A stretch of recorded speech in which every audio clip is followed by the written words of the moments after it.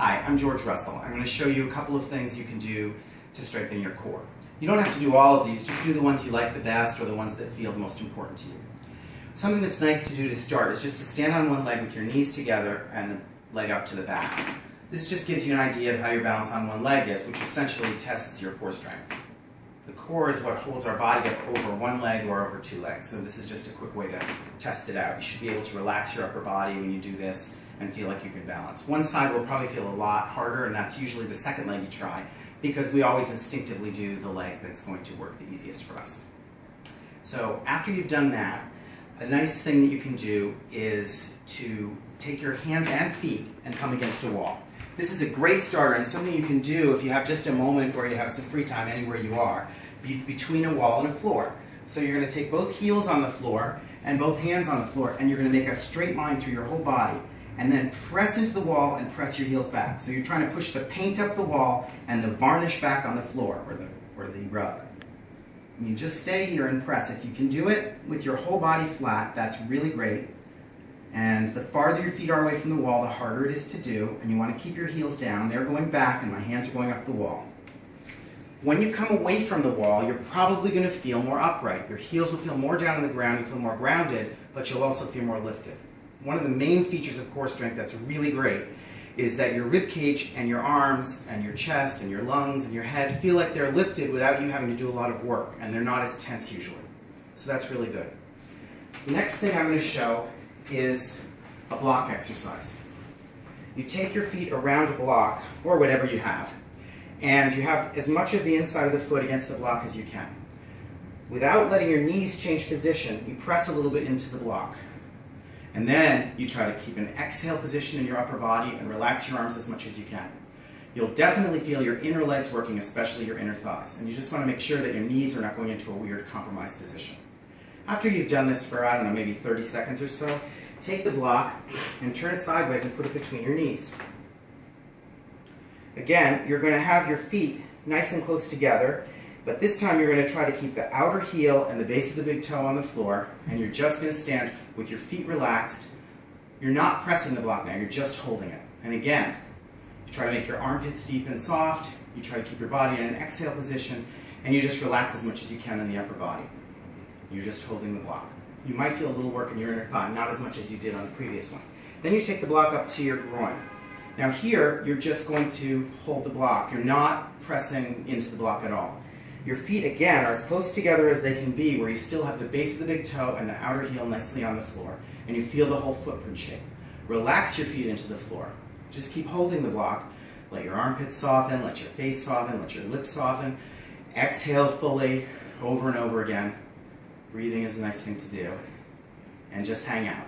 After you've done that for about 30 seconds to a minute, take the block out. And probably you're going to feel, again, a little bit of a sense of lift up the inner leg. Core strength has a lot to do with the arches lifting up into the inner leg, into the pelvic floor, and the lower abdominals. This exercise should give you a feeling of that without you having to focus on each muscle group separately. The next exercise involves getting out of a chair, and it involves strengthening the glutes, which are a very important muscle group in core strength, and they also protect the knees. So you're going to have your feet as close to a chair as you can, where they're still flat on the floor with your heels down. You're going to take your hands on the top of the thigh.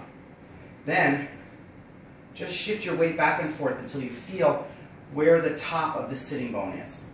Once you're there, sit on the tops of the sitting bones. Then harden your glutes, and you should feel yourself lift up a little bit onto the sitting bones. And then release and let your glutes soften around the outside of the sitting bone onto the chair. Harden the glutes and come up and go down. Do that a few times. Then lean forward from your hips. Do you see how my back stays straight? Lean forward from your hips and lift up off the chair by hardening your glutes, and then come back down. Lift off and come back down. Try not to change your knees, try not to change your feet. The last thing you're going to do is try to stand up. So instead of standing up like most people do by doing this, bring your chin forward and then kind of just unbending, which is fine, but not as strong in the glutes, which is what you really want in order to keep strength in your core. You're going to harden the glutes, tip forward, press into your feet, push your hips forward to come up. And hopefully you'll be able to do that keeping your spine straight. So you harden your glutes, you tip forward, you come up pushing your hips forward, and you don't let your chin go forward. That's a really good exercise for engaging the pelvic floor and the glutes. Another good strengthener for, actually it's a strengthener, another good strengthener for the glutes is to take a toe behind you and line up your body with the back leg, right? So I'm not lined up with my standing leg, I'm lined up with my back leg. And then I'm just going to take my leg off the floor and try to move my back leg with my body up and down. So I'm not arching my back here, my back stays straight, and I'm going to lift up and down. I'm going to do that a little bit more slowly. And you could go all the way down to be parallel to the floor if you're a real rock star. So you'll do that, of course, on both sides. Try that, see how it works. If your back starts to hurt, you're probably arching it, so you might want to do it less and try to keep the back straight, or watch yourself in a mirror to see if you're doing it correctly. A couple of things you can do that will really help the core, and they're not hard to do at all in a public place, is to have your feet nice and flat on the floor with the footprint shape on the floor, and then just shake your hands until you can't feel their shape. I like to say you shake them until they feel like Dr. Seuss hands that are more like tassels and don't have a shape. You're going to keep your weight bearing exactly the same over your feet and keep exhaling over and over again. Keep your body neutral, don't let it move. After you've done this for a while, once you don't feel the shape of your hands, then stand again just with your arms at your sides. You should feel more space between your ear and your shoulder and perhaps more lift in your lower body. Second way you can do this is to swing your arms. It's a little harder, because when we swing our arms, we want to swing our hips back and forth in the opposite direction, so be like this. But you don't want to let that happen. You're going to keep your weight bearing exactly the same over your feet and your hips in place and swing your arms. Now your whole body has to act in core strength to not move in contrast to the direction the arms are moving. So it's a powerful core strength maneuver, and it doesn't take much expertise to figure out how to do it. Once your arms swing down to neutral, you should again feel longer, but also more lifted.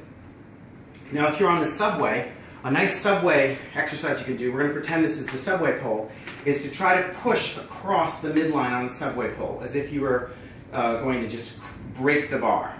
And then you can also pull the bar apart with both hands. You're keeping your arms in place. You could also do it with your arms at your side if you don't want people to know what you're doing. You could even do this with one hand, but it's just harder because it's hard to keep your arm in place. But this is what we're doing anyway on the subway. You're just going to increase it by maybe taking your weight off one leg onto the other without dropping down. You're just going to shift your weight to one side, and you're just going to hold the pole. You could also try to lift the arms apart and push them together, keeping your feet nice and secure. And nobody has to know you're doing this. You're just going to have both hands on the bar, and you'll surreptitiously be working your core. So those are some exercises you can do for your core. If you've got any questions, shoot me an email, george@georgerussellDC.com, and I'll be glad to answer them.